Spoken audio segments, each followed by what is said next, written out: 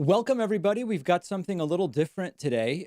Donald Trump's new press secretary, Kayleigh McEnany, is going to be holding her first White House press briefing. This is notable for a whole bunch of different reasons. Number one, you might remember that Donald Trump's last press secretary, Stephanie Grisham, didn't hold a single press briefing, not a single press briefing during her entire tenure, believed to be at least partially because she simply couldn't handle it. So the fact that Kayleigh McEnany will be holding one at all implies at least that the Trump administration believes that Kayleigh McEnany can handle it. Now, it'll also be interesting because Kayleigh McEnany, if you just look at the press secretary official Twitter account, has been disseminating violent disinformation about everything you can imagine since she was selected. I guess it's been a couple of weeks now or something like that.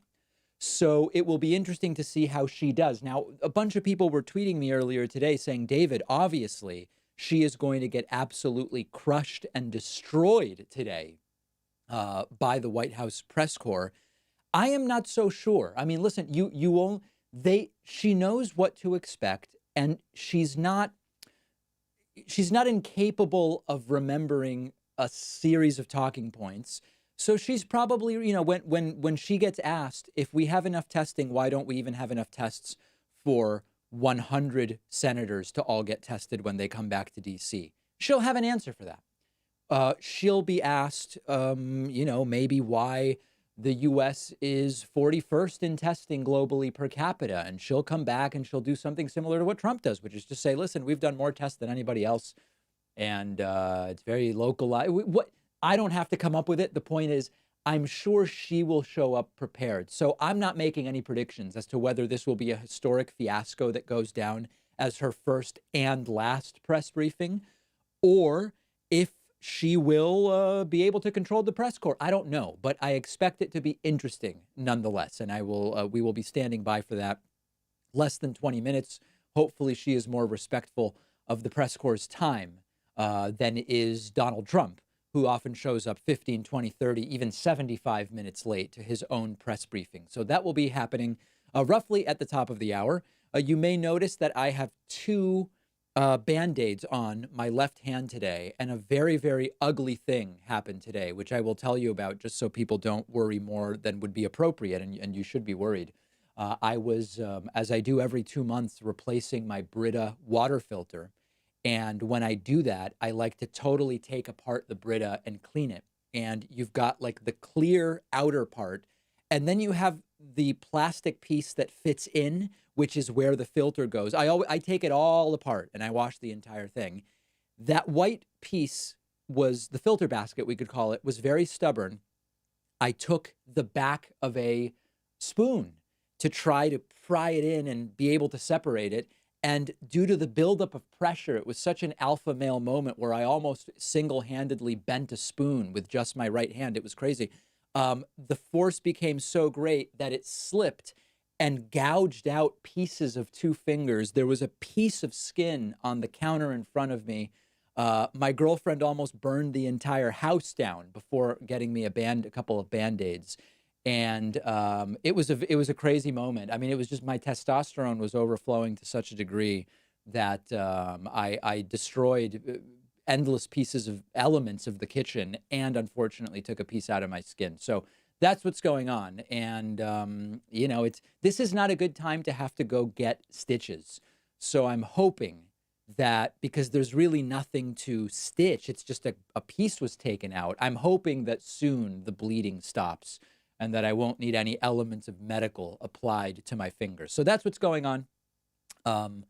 Painful, but a demonstration of my manhood, as people are pointing out in the Twitch chat. Absolutely. Okay, let's see. Chris K says we're not going to make it through this propaganda via YouTube Super Chat. Rob Miller sends some kind of crying emoji. And Charlie says, not to make light of your injury, but at first I thought that was from smashing the like button too hard. Yeah, I have injured my hands smashing the like button on YouTube, but usually it's more of a dull injury. This was very, very much acute. And, smashing the like button too hard is likely to get you a bruise. This was just a piece of skin being totally gouged out. So an ugly situation, but we've survived so far. I did pour some hydrogen peroxide on it. I do have isopropyl alcohol, which I could have used, but I'm saving that in case I need to inject it to cure coronavirus. So I wanted to save that, and instead I used hydrogen peroxide.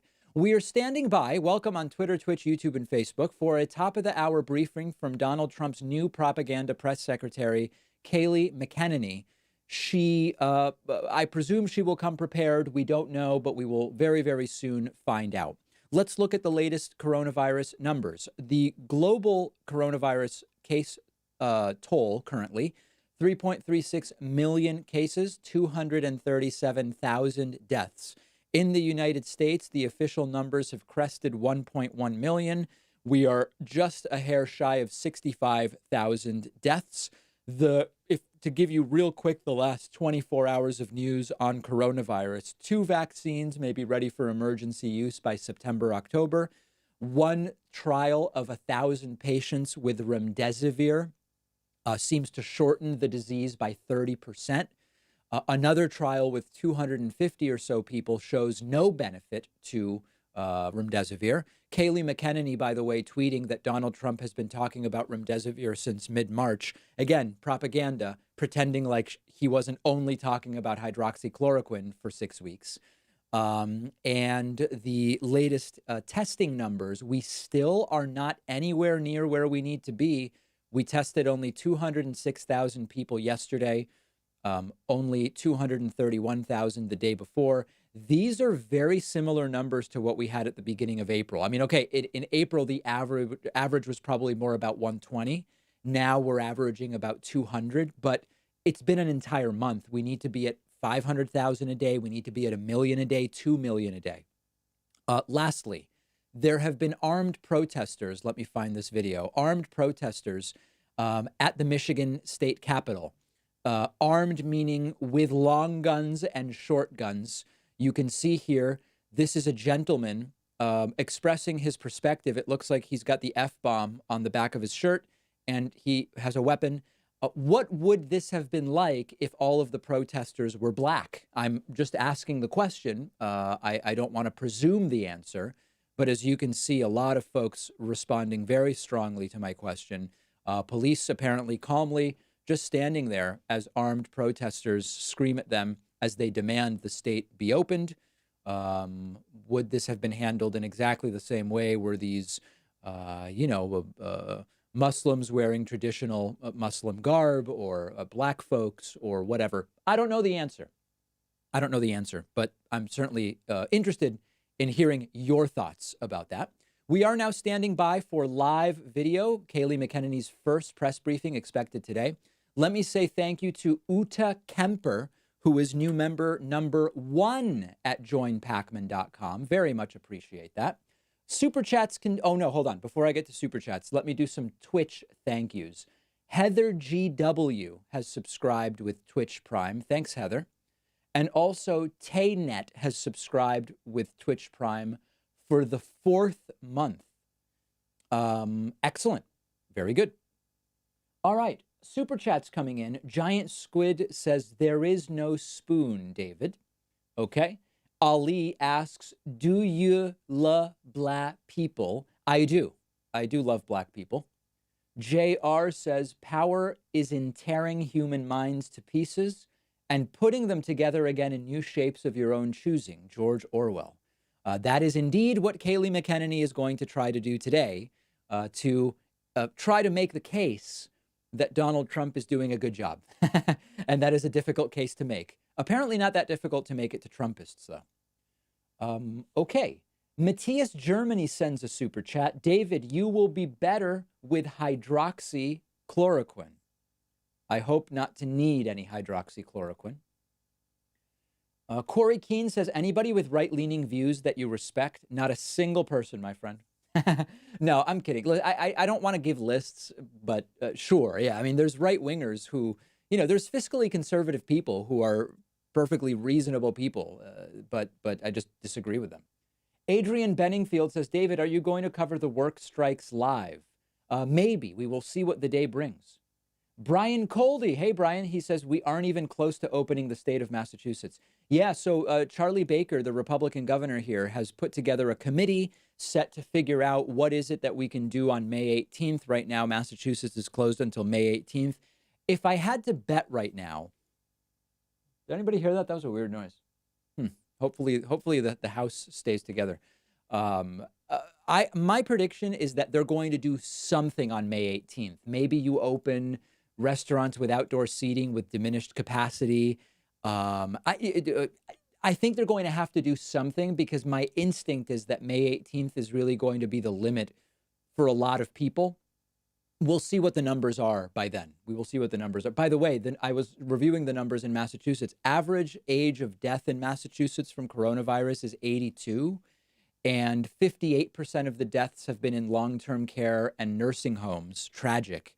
And 98.5% of the deaths have been folks with comorbidities. Those are the latest numbers that I have read so far. Okay, still standing by for live video here. Kate Click says, regarding protesters, you know the answer, David. Hey, I'm just asking questions, my friends. I'm just asking questions. You all have more answers than I do. Okay. Also want to thank over on Twitch, Dub Fotech, who has subscribed with Twitch Prime. Remember, if you have Amazon Prime, a Twitch Prime subscription is free to you, but we get paid, which is extremely exciting. Jaff94 says, here in Oklahoma, I'm seeing maskless people leave packed restaurants. Help. That's not good. That's not good. And I wish I could help you. Reading a very interesting book about Oklahoma right now, Killers of the Flower Moon. It's about the murders of Osage folks in the 1920s in Oklahoma, which ultimately led to the sort of formalization of the FBI. Excellent book by David Gran, and highly recommend it. Highly, highly recommend it. If you're just joining us, this is something a little different. This is not a Trump press briefing. This is Trump's new press secretary, Kayleigh McEnany, who we are expecting at the top of the hour. This is her first press briefing. Trump's last press secretary, Stephanie Grisham, did exactly 0.0 press briefings. Zero, none.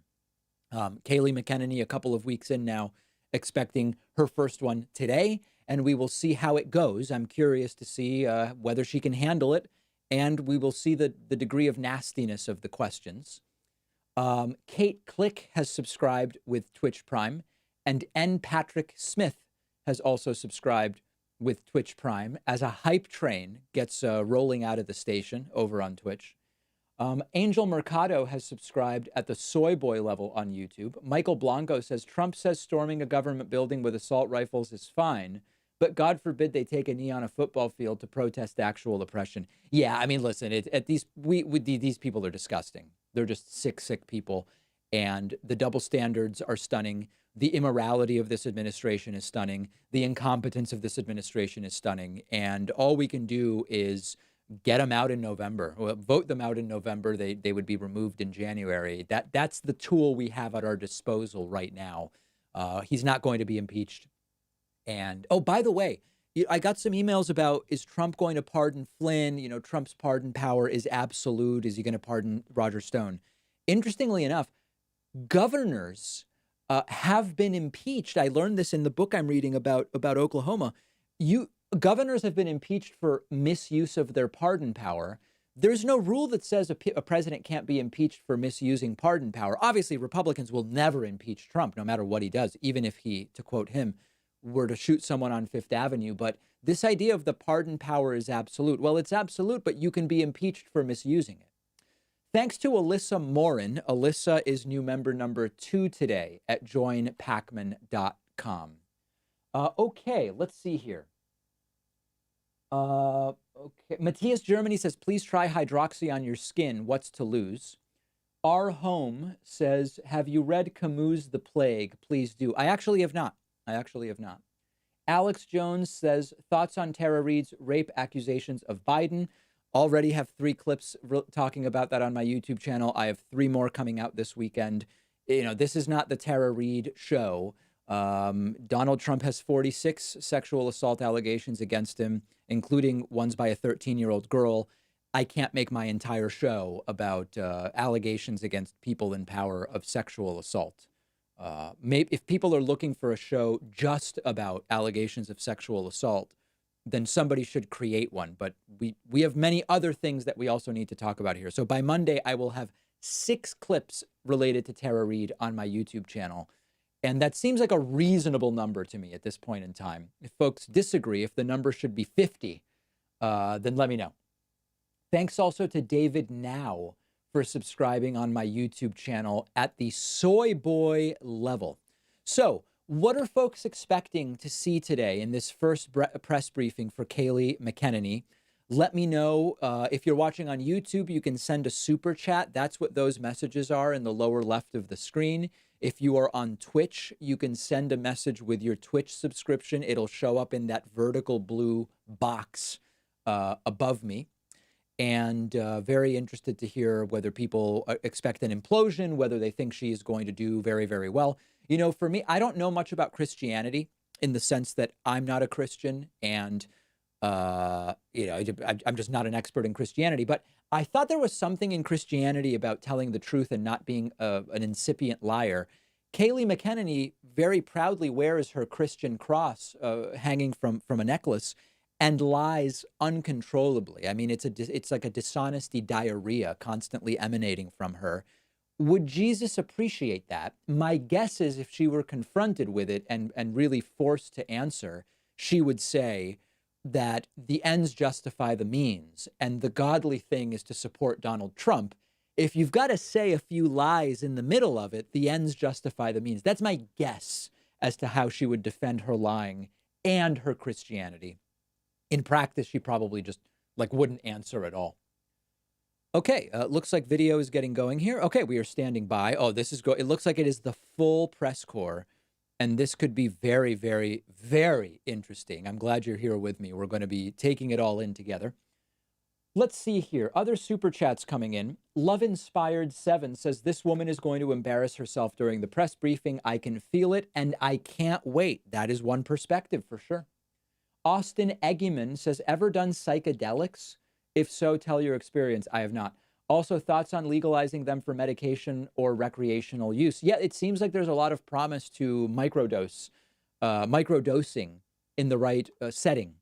And I've interviewed Rick Doblin on my program, who works in that field, and I have no problem with it whatsoever. Beamer Dave has subscribed with Twitch Prime. Sammy's Tech has subscribed with Twitch Prime. Optics714 is a new subscriber with Twitch Prime. And Toker Smoker is a new Twitch Prime subscriber. Also, Hoytster888. Very much appreciate it. Renholder57 says she's going to discuss Trump's inauguration crowd. Can you imagine if she went back to that today? Patrick Miller says, I am a Destiny stan, but this gal is very attractive. Okay. Townsend Koch says, if you want a sense of the 1918 plague, I recommend the essay Influenza 1918 by Jane Brock's Narrative History. Very good. I will check it out. And Kamala Reichert says, blowing Trump's ego. Blowing Trump's ego. I don't know exactly what that means, but I certainly appreciate the support. Also want to say thanks to Jill Weber, who is new member number 3 today at joinpacman.com. How long do I expect this briefing to go? I don't know. You know, with Trump, sometimes the briefings are 2 hours. Sometimes he won't take any questions. There's really no regularity. It seems to be dictated by whether it's upper or downer Trump, and sort of time of day. Some people have thrown the term sundowning around when it comes to Donald Trump. I don't know how long to expect Kayleigh McEnany to be briefing us today. If I had to guess, I am going to say 42 minutes. 42 minutes is, I don't know anything. I'm going to guess 42 minutes. We will hear from her today. Okay, let's see here. Alex Jones says, are you saying because allegedly Trump assaulted 46 people, it's okay for Biden to assault women? No, I am not voting for a rapist. Are you? As far as I know, Joe Biden has not been found guilty of rape. So I guess not. And if he is, he still would have raped fewer people than Trump.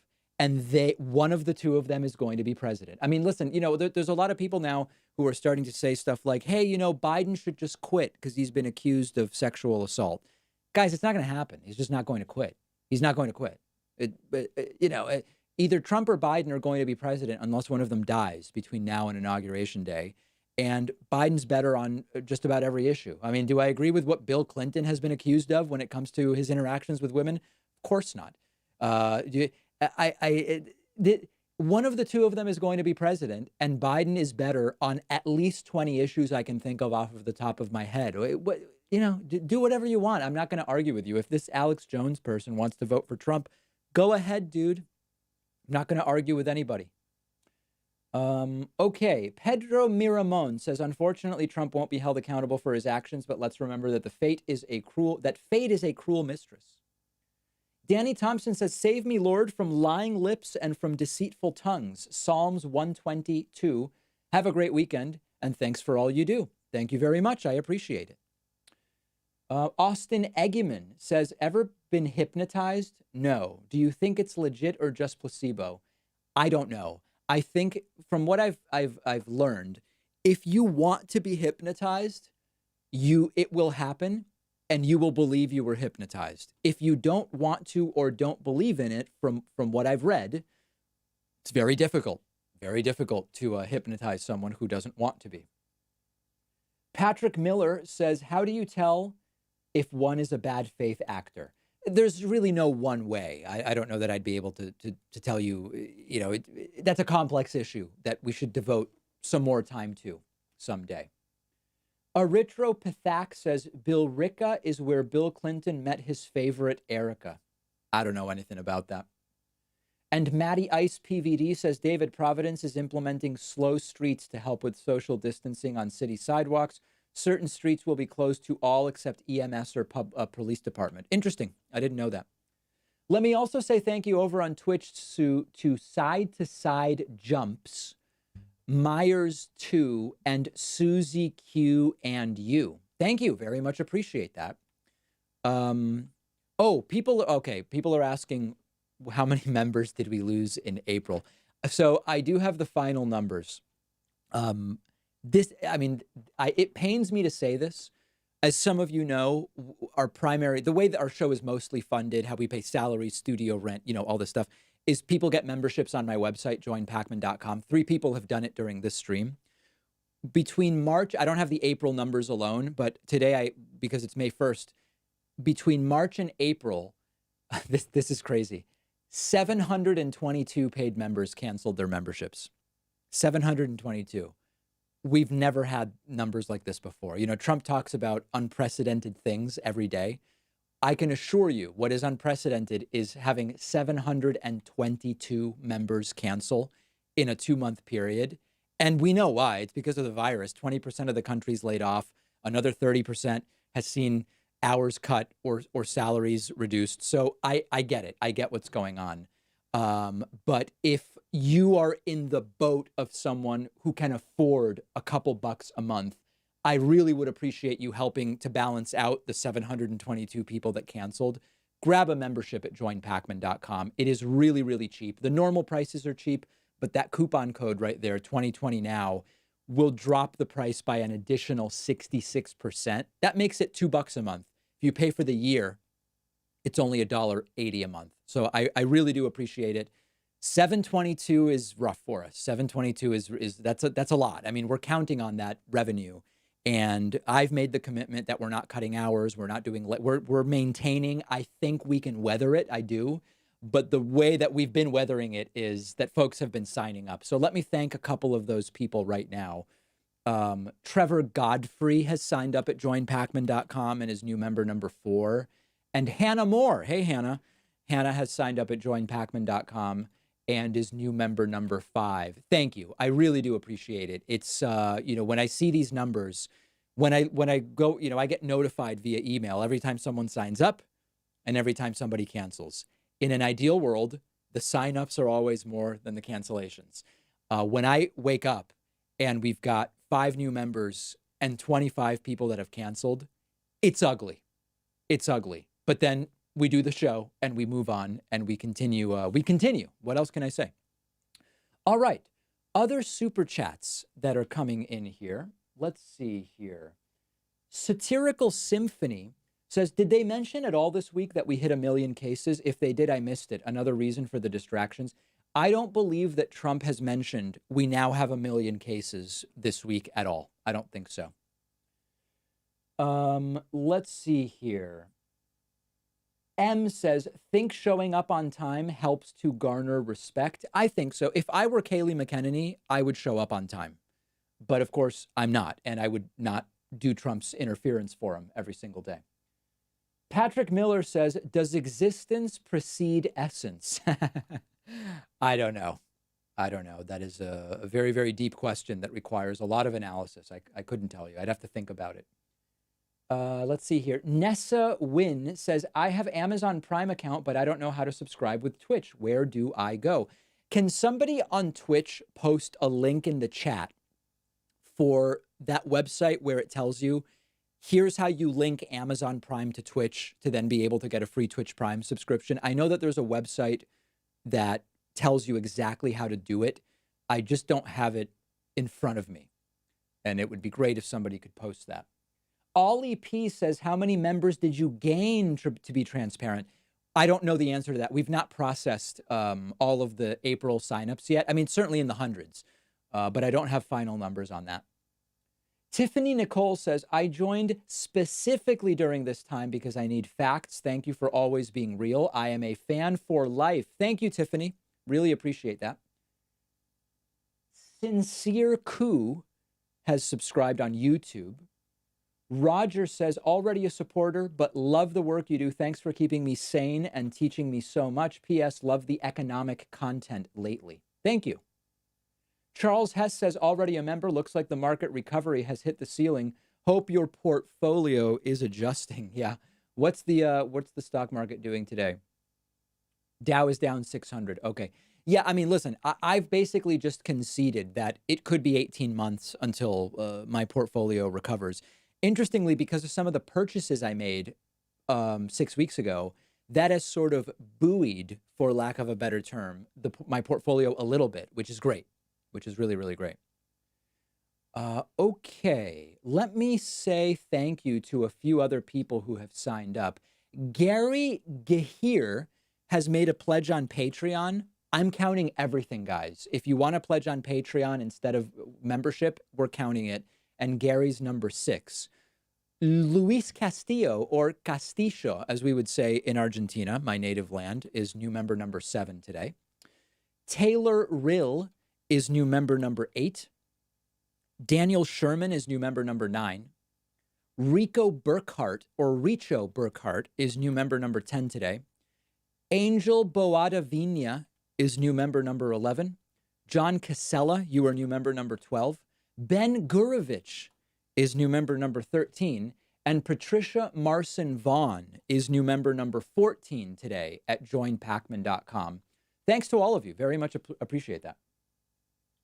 Patrick McDonough sends a super chat. Well, where'd that go? There it is. Favorites says, how worried are you if Trump wins and he replaces Ruth Bader? I'm super worried. Extremely worried. Do you want Trump getting to decide whether how the Supreme Court will decide cases that could affect your children or grandchildren? No, I certainly don't. I'm very worried about that. Austin Eggeman says, thoughts on Trump mobilizing these armed protesters to negate election results, or for another reason, basically making his own army of Twitter-controlled Nazi brown shirts? Listen, I don't know about Nazi brown shirts, but Trump is, of course, partially responsible for fomenting these protesters with tweets of liberate Michigan, liberate Minnesota. And that Trump bears some responsibility. Not all, but he is certainly partially responsible.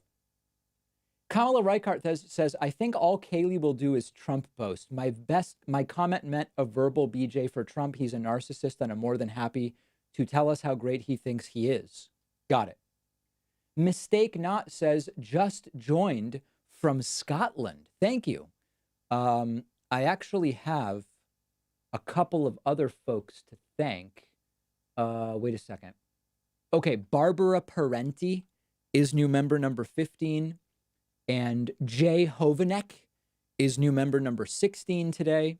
Stephen Dokel is new member number 17. Thanks, Stephen. Cindy Reap is new member number 18. Dennis Nurschild is new member number 19. And Pamela Goodman is new member number 20 today. Thank you very much. I appreciate that. Also over on Twitch, Most Disgusting Virgil has subscribed with Prime and says, thanks for everything, David. We will get through this together. I like that attitude. Also, Chili with Peppers, Scyther, Susie Q, and you have all subscribed with Twitch Prime. Thank you. Very much appreciate it.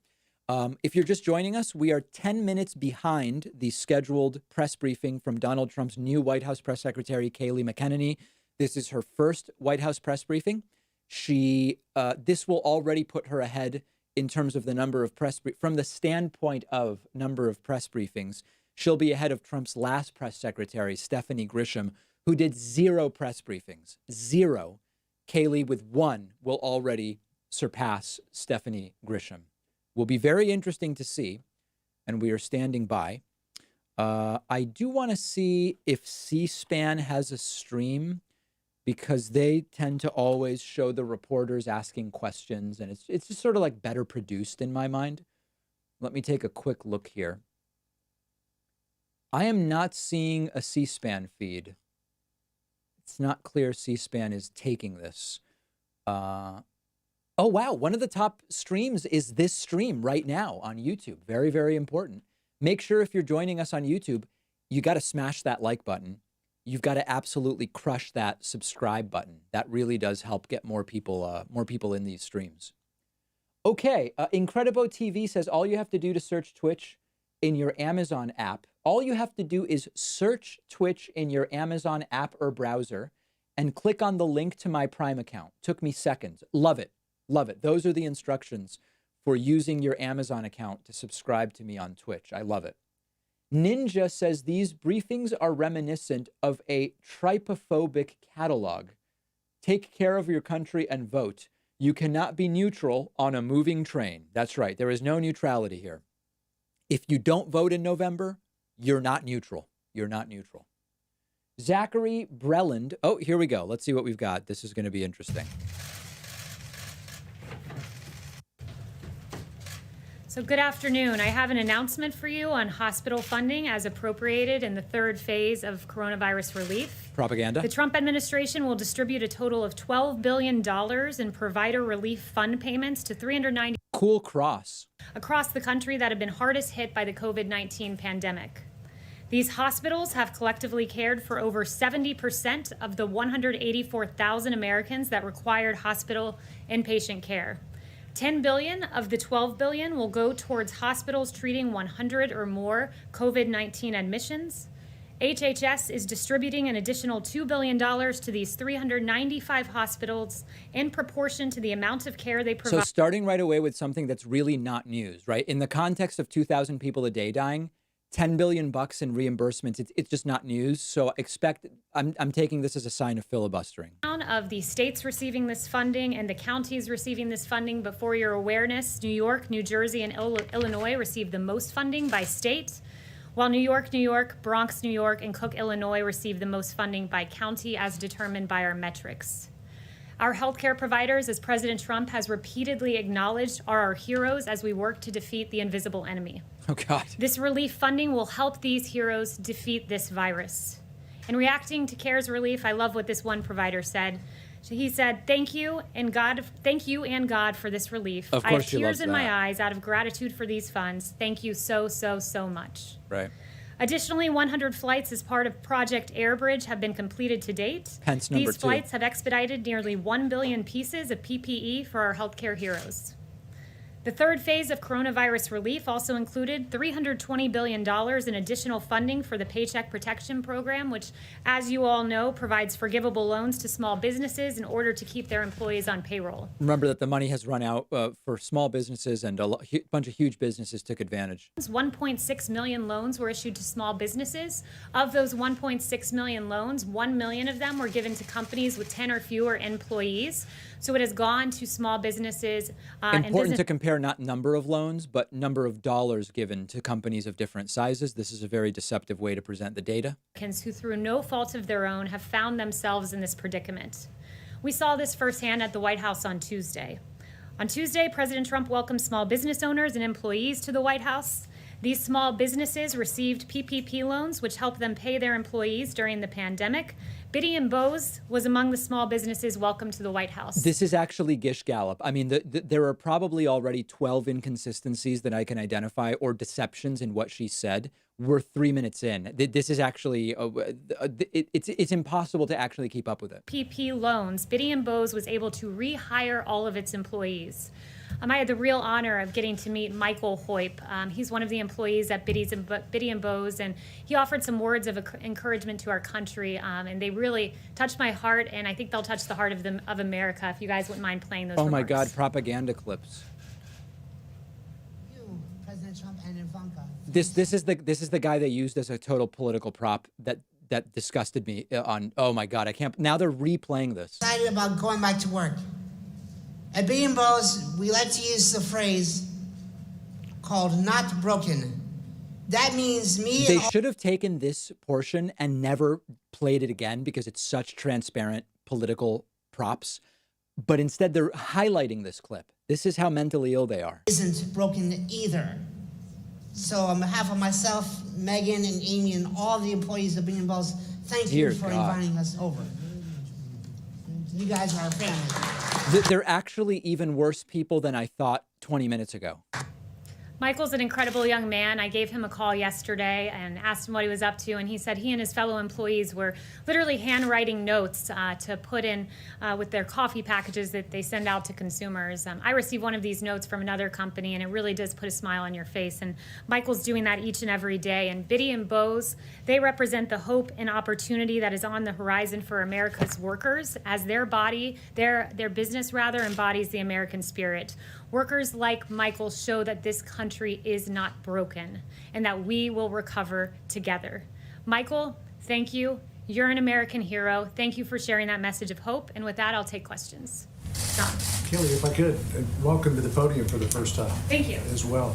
The markets are down substantially today after the president yesterday suggested in the East Room that he might use tariffs to punish China over the coronavirus.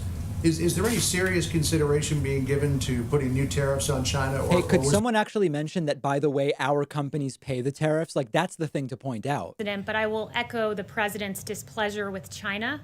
It's no secret that China mishandled this situation. Just a few examples for you. They did not share the genetic sequence until a professor in Shanghai did so on his own the very next day. China shut down his lab for, quote, rectification.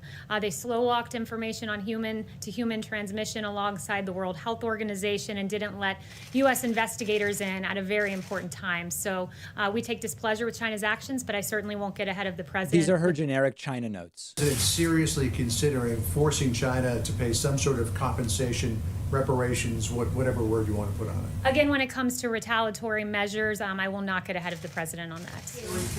Thank you, Kayleigh, and welcome to the podium as well. The president said yesterday that he has a high degree of confidence that the coronavirus originated in a lab in Wuhan, China, and yet his own intelligence agencies say they're still investigating. So does the president have information, and has he drawn a conclusion that the intelligence community has not yet? Look, the president's statement is consistent with the other intelligence assessments. While we continue to have very limited and dubious data from China, current assessments indicated that President Trump's statement is consistent with what some analysts believe is Great the epicenter notes. of where the virus began. And I would note that intelligence The difference is she'll just stick to the notes, whereas Trump never would, and he'll get his foot in his mouth. Two, that it began through contact with infected animals or was the result of an accident at a laboratory in Wuhan. So I consider that consistent with what the president said, that he's seen intelligence suggesting it could be in the Wuhan laboratory. Yes. Seem to lean into the idea that this started in a laboratory, whereas the statement that we saw from the DNI said we're still investigating those two options that you just laid out. Is the president in any way creating mixed messaging by not saying we're still investigating? No, of course. No, you know, let me remind everyone, intelligence is just an estimate essentially, and it's up to policymakers to decide what to do with that intelligence. In this case, the policymaker is the president of the United States, and he'll make that decision at the right time. Is the president any close to deciding what to do about China? Has he received any recommendations of the consequences? Is he anywhere near a decision? Look, again, I won't get ahead of the president's decision or the timing of that decision, but he takes this very seriously because the decisions of China that I referenced, slow walking some of that information, put American lives at risk. And rest assured, this president has one priority, and that is the safety and the well-being of American lives. Thanks so much, Kayleigh. Welcome. Since it's been more than 100 days since the press secretary stood up there, I wanted to get a better sense of what your plan is. Are you planning to do these on a daily basis at this point? And also, will you pledge never to lie to us from that podium? I will never lie to you. You have my word on that. She's told As about to the 9 timing lies of the already. briefings, we do plan to do them. I will announce timing of that forthcoming, but we do plan to continue these. John? Welcome to the podium. A question for you on Project Warp Speed. Can you give us some more details? The president said ultimately he's in charge of this project, but will there be a day-to-day point person on this? What's the budget for this project, and when can the American people realistically expect that there will be a vaccine available to everybody? Well, there is a day-to-day point person, and that's the President of the United States, President Trump. In that case, we're With screwed. regard to vaccines, I would note the words of Dr. Fauci, which are these: going into a phase 1 trial within 3 months of getting the sequence is unquestionable. The world indoor record. Nothing has ever gone this fast. So what the president is doing, and under the president's leadership, we're in phase 1 faster than ever before, according to Dr. Fauci, and that should encourage the American people. In the budget, and then there's really no other point person. I mean, I know the president ultimately, I guess the buck stops with the president, but he hasn't put somebody on the staff. Well, Alex I'm not- Azar thought about putting a dog breeder in place for a little while. Just rest assured, we're on an accelerated pace to a vaccine, at least for this phase 1 portion of clinical trial. Budget Yes. question? Thanks. The Fed yesterday took an action that appeared designed to allow oil companies to access their lending facilities. So I'm wondering if the president has spoken to Chairman Powell about this, if he's happy about the move, and if the White House is considering any additional assistance to the oil companies. So I won't get into the president's personal discussions, but I would just note that the president is always looking out for the nearly 11 million American workers in the oil industry. I would also note that we're filling the Strategic Petroleum Reserve right now, and we'll buy 75 million barrels. So that's the only announcements I have on the oil front today. Yes, Talu. Thank you, Kayleigh. The president tweeted this morning about the protests in Michigan. He essentially said that the governor of Michigan should work with the protesters. He called them very good people and said that they are very angry. Some of those protests, I'm sure you saw, included heavily armed protesters, members of militia groups. I wonder if the president was speaking about those specific members who stormed the Capitol in Michigan. No, when he talked well, about yes, very but good no, people. no. Look, the Yes, president he was referencing generally that in this country you have a First Amendment right to protest. I think that's something we all treasure here, and we should, rightfully. You have a right to do that constitutionally, but you must protest within the bounds of the law. He encourages everyone to protest lawfully, and also to engage in our social distancing guidelines, which we think all Americans should engage in. Do you have any response to just the imagery of people with long guns essentially storming the Capitol, going into face-offs with police officers and intimidating in some way some of the lawmakers? Again, the president says that we must protest lawfully and act within the bounds of the law. Yes. Thank you for being here. When the president says we did a spectacular job, or when Jared Kushner talks about a great success story, some Americans see it as a lack of empathy. Do you understand their reaction? Look, Jared Kushner has, first of all, done a great job for this administration. And let me go to my Jared Kushner page in my notes here. he talked about a success story. He was talking about the story of this administration, which is a story of mobilization for the American people, the greatest mobilization of American industry since World War II. Of course, we grieve for every American life that has been lost, but we want the American people to be confident in the response of this administration, and that is what he was referring to. The fact that in the average year, the healthcare industry uses 25 million N95 masks, and we have delivered in this short time 75 million N95 masks, more than 3 times what the healthcare sector uses in a year. That's extraordinary. It's extraordinary that some in the media were saying that we needed 1 million ventilators, and this president we've needed far short of that so far. Not a single American has died for lack of a ventilator, and the fact that this president I still can don't look know the that American that's people true. in the eye and say, I am producing 100,000 ventilators this year alongside the private sector. 100,000 ventilators, that's 3 times what we produce in the average year. I'd consider that a great success on behalf of the American people. I guess it's more about the tone than the policy itself. We want to give the American people confidence that they have a federal government that is doing everything in our power to provide the necessary equipment to combat we're this not invisible confident enemy. in that, Kayleigh. We grieve for the American lives. We've said that repeatedly. I will echo that today. My heart breaks for those. I pray regularly for those who are affected by the coronavirus. But we're going to give confidence to the American people that you have a federal government under President Donald Trump that's going to step up and give the greatest mobilization of the private sector since World War II. Yes. Thank you so much, Kayleigh. Thanks for being here. President Trump mentioned the situation in Brazil a few times this week. Besides talks of cutting off flights from Brazil, are there talks of, in terms of sending assistance to Brazil, sending PPE or ventilators to Brazil? And is President Trump planning to talk with President Bolsonaro? Well, the president has mentioned that he has sent ventilators around the world. Any excess supply, we certainly look to help other countries. But, in terms of a specific announcement regarding Brazil, I don't have any new information for you on that front today. Yeah, Kayleigh, welcome. One of the most important parts of your job, though, is to have access to the president. Can you give us some indication that since you've been named press secretary, what kind of access do you have to the president to get what he's thinking and relay it to us? Yeah, I can tell you this. I'm around the president almost the entire day. I was just with him before I left to come out and speak with you guys. I think my staff can attest to the fact that they have a very hard time finding me because I'm normally with the president in the Oval Office. So I'm consistently with him, absorbing his thinking, and it's my mission to bring you the mindset of the president, deliver those facts so this president gets fair and accurate reporting and the American people get fair and accurate information. Right. Yeah. Thanks, Kayleigh. Just following up on Kristen's question, China's blocking the World Health Organization from coming in and investigating how this started. Shouldn't external investigators be allowed into Wuhan to determine, 1, how the pandemic started, and 2, maybe a way that we could expedite finding a cure for this thing? Look, there's no secret that China stopped U.S. investigators from coming in. It was of paramount importance that we got into China in an expedited fashion, and that didn't happen. With respect to the World Health Organization, they have some questions of their own to answer. The United States, as the president has emphasized, provides about $400 million to $500 million per year to the WHO, compared to China at roughly $40 million a year. But yet the WHO appears to have a very clear China bias. I mean, you look at this timeline, and it's really damning for the WHO when you consider the fact that on December 31st, you had Taiwanese officials warning about human-to-human transmission. The WHO did not make that public. On January 9th, the WHO repeated China's claim that the virus, quote, does not transmit readily between people. That was quite apparently false.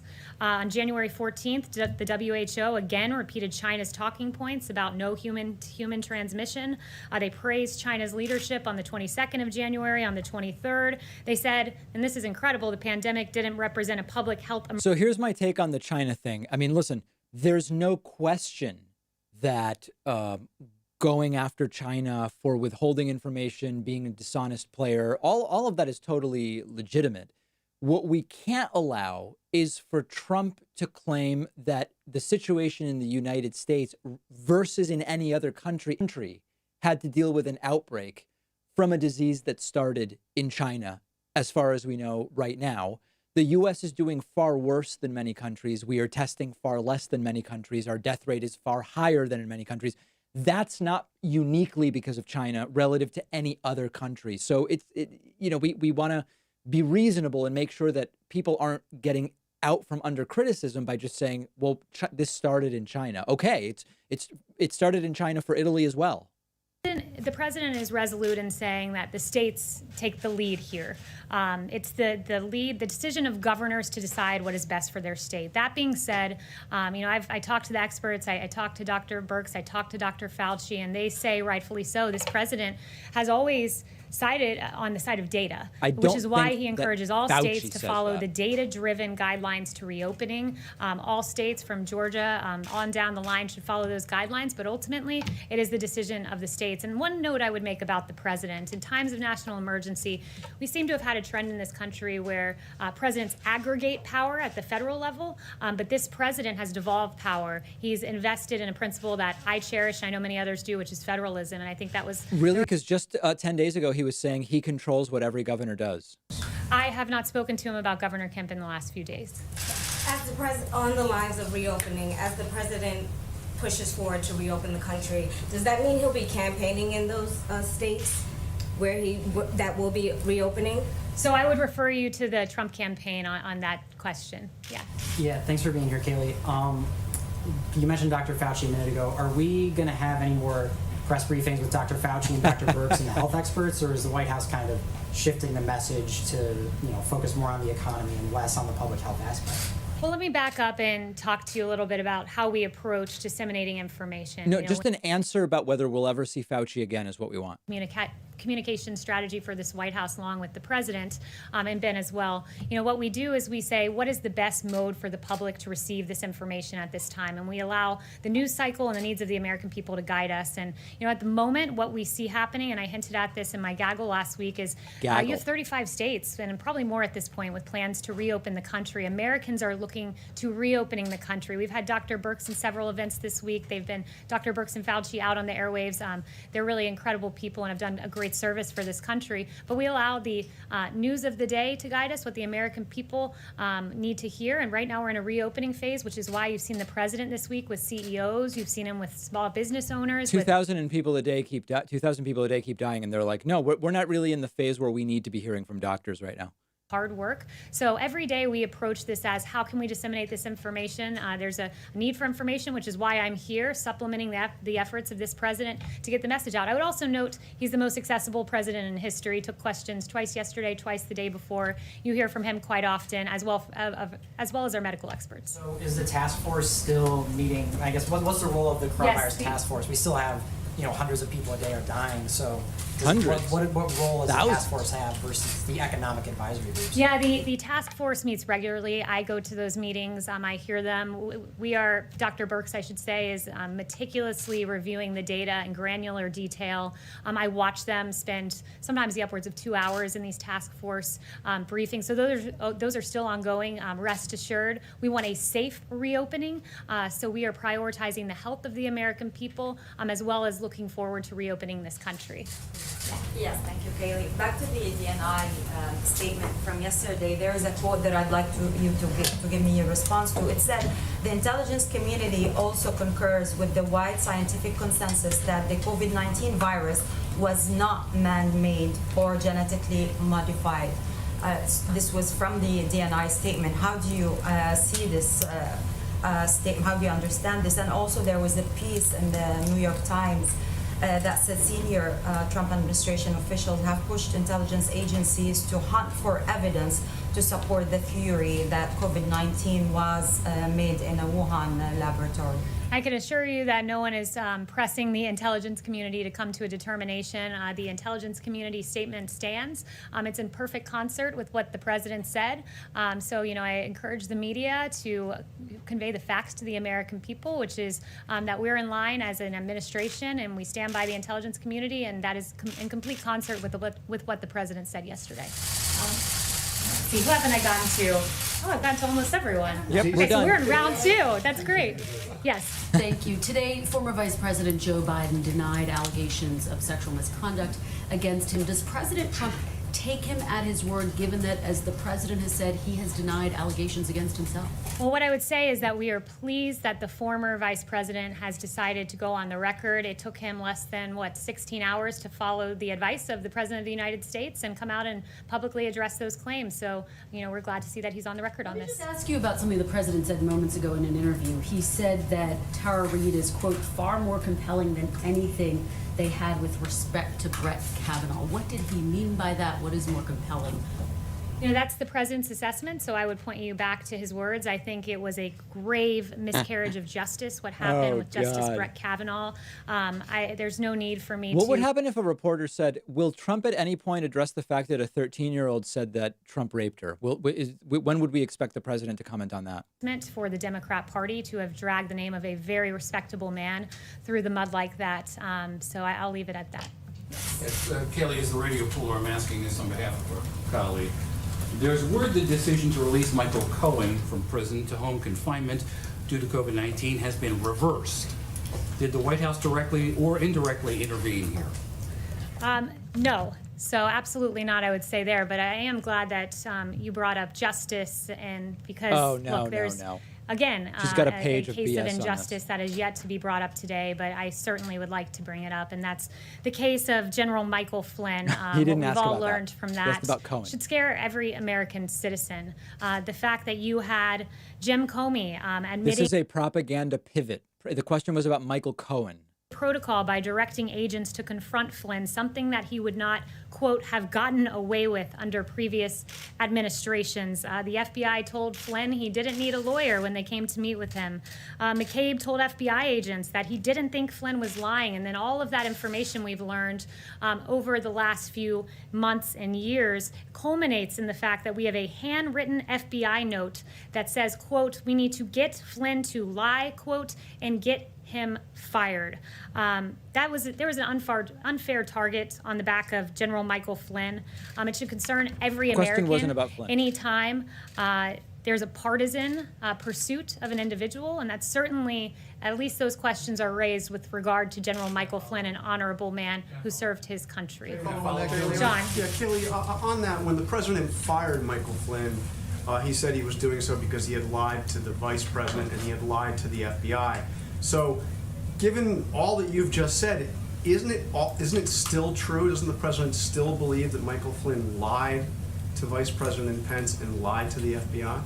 Well, first, let me address that. Vice President Pence is on the record about this. He said he's inclined to believe that Flynn did not intentionally mislead him. And I guess I would turn the question on you and just ask, does it trouble you that the FBI said, we got to get Flynn to lie? Doesn't that trouble you as a journalist? And not only that, as an American citizen.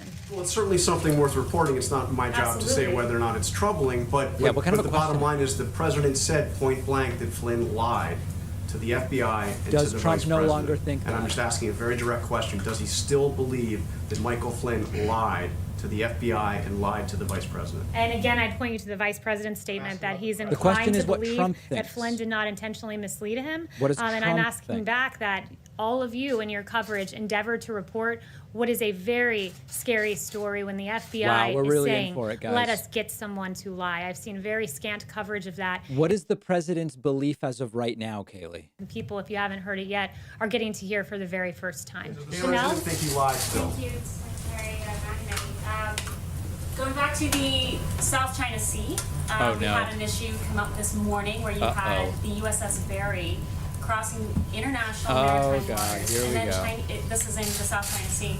And Chinese officials are saying that this will be a dead-end endeavor. Has the president spoken with any side on the Chinese? She has no clue what she's even asking. She forgets her question halfway through. Just ignore these threats and keep going through these international waters. What are your responses to China's increasing aggression in the South China Sea again? Yeah, I have no news to report as to the president's conversations, and for the specifics of that, I would redirect you to the NSC. You're getting nothing. Yes. Thanks. In the same podcast interview, the president said that Democrats would, quote, have to give us a lot for aid to states. I'm wondering if you have any idea of what specifically the White House or the president is asking for, and secondly, what you'd say to somebody like Governor Cuomo, who says, the president's already told me a few weeks ago that he would support this type of assistance. And why are we bailing out, airlines or defense contractors, but not the states that pay teachers or first responders? Well, first, you brought up Governor Cuomo, so I just thought it's a good time to remind everyone that Governor Cuomo has praised the president's Let me turn to response. my anytime Cuomo is mentioned page. The president has achieved is a phenomenal accomplishment, and we thank Governor Cuomo for those very kind words. But on that note, with regard to funding to states, phase 4 is something that we want to start negotiating on immediately and get to work on.